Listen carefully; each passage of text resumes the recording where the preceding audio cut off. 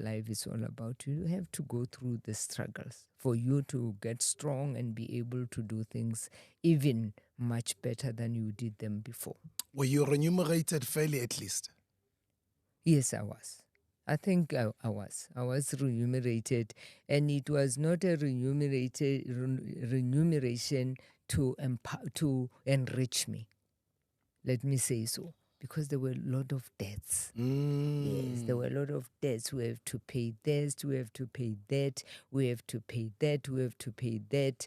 And look, if you ask me, what did you do with that money? I don't know. I don't know what I did with it, because it has never been in my account. It has always cleared our name so that we can carry on with our lives.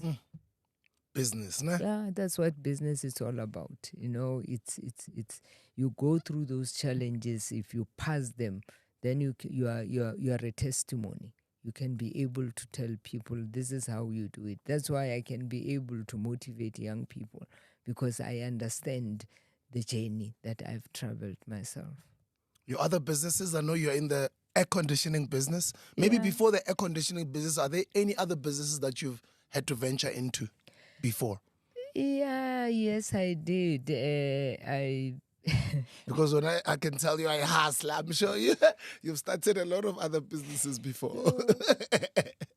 You know, I even remember one American guy, I went to a church and he called me up there and he said, I see there's a lot of businesses. What's going on?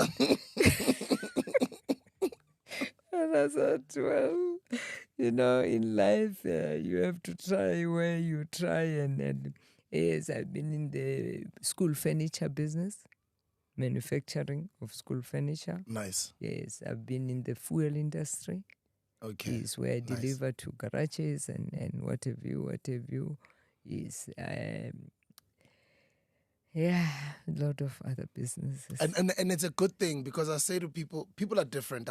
Yeah. Other people will follow one thing and they'll do one thing for the rest of their Yes. lives. Now a lot of people they're always on my case. Like,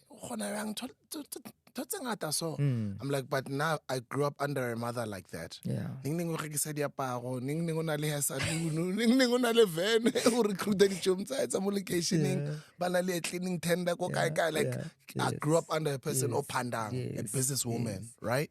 Yeah. And I love na that role modeling. Yes. Because now I saw it and it taught me to be independent. Yes. Without even her having to do much, just me being around her, Yes. I became that. I became motopandang. And sometimes you don't have to be there, you know, like you don't have to be doing those businesses yourself, because you can empower other people, you know, and you stay at the back and people don't see you in the front, but then you are at the back, you are creating these policies, you are busy being creative at the back to make sure that these businesses are doing well. So that's who I am. That's the journey that I've traveled. And let's talk about the air conditioning business. Well, it's a very funny. So I was in a hotel, sitting with some friends, having a drink, and were ladies sitting one place, and at that corner there were men sitting at that corner and they were drinking. But this young man is looking at me all the time, and you know, I try to ignore, and I say, "Oh, I don't know what this young man is." Was just looking at me, and at around 12 o'clock we left, and everyone, I invited them because I was sleeping at that hotel, so they left. Then I went to sleep. Just when I went to bed, a phone rings, and not my cell phone, the phone in the room. This is so and so. Oh, okay, yeah. And the next question was, and how did you get my number, my room number? And then he said, please don't make a drama. I cheated on the reception. I went there and I didn't ask them for your room, but I found a way of getting to your room. Please don't cause havoc. I'm not going to do any harm. Can I come and talk to you? And I said, at 12 o'clock, Sure. midnight. I don't know who you are. No, I don't do things like that. Then he said, okay, I'm going to leave my number at the reception because I'm leaving first thing in the morning. I want to talk to you about business of air conditioning. Rhea, air conditioning. Oh, so indeed, when I get to the reception, they gave me his number. This is the number. I said, a week passed. I didn't call. After 2 weeks, he called. Got my number. I don't know where he got my number. And he called and he said, look, I'm in the air conditioning business. And I think I've been watching you. I see what you have done and all that. I think you can add value into our company. Can I invite you with my partners? And they were Jewish. Can we have lunch with you? And that's where it started. Well, and how many years ago was that? 2004. Wow.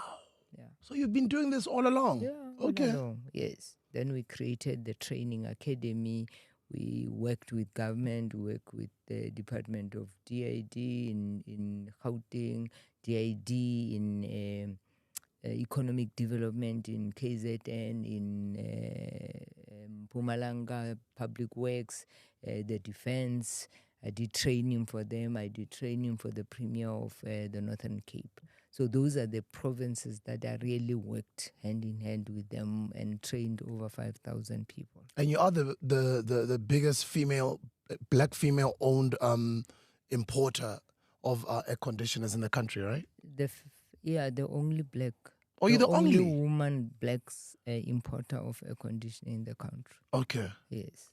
You've done very well. You've been in a lot of positions of leadership. But let's talk about your not only chairpersonship or chairwomanship, but your the boards that you serve in.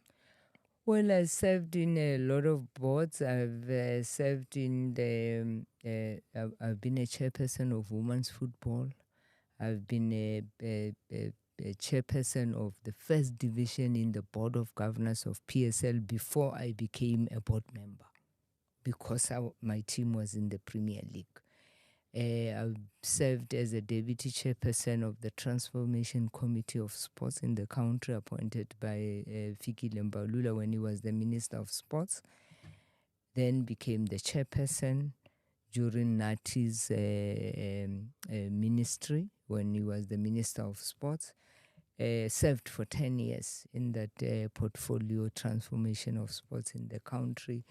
When Zizi came in, also appointed me. I thought I'm retiring. He appointed me again into the board. So I'm serving again into the board with young people that I will learn also from them. So there are a number of boards that I've chaired in the manufacturing industry, also in the fuel industry, also. So those are the board that I've chaired. Why did you leave the fuel industry? I didn't leave. I'm still in the fuel industry. Yes. Okay. Side hustle. It's a bit difficult now because there's no fuel. Yes, ma'am. A lot of refineries are closing down, so we struggle. Struggle a lot to get that fuel. It's not like before. It's a big struggle. What makes a good leader? Somebody who leads from the bottom, not somebody who leads from there, who is a dictator. When you bring the people below you to make the decision with you, you are a good leader, because you will never have any challenge. You'll never have any challenge if you bring everybody on board, and the decisions are not made by yourself, are made by the entire team. It's just like employees. If you involve your employees in decision making, you'll never have challenges. But if you make decisions for them, you're going to have a lot of challenges. And what type of a leader are you, Mama? I think it's I might give it must be somebody else. It must be somebody else that answers that question. Or what type of a leader are you?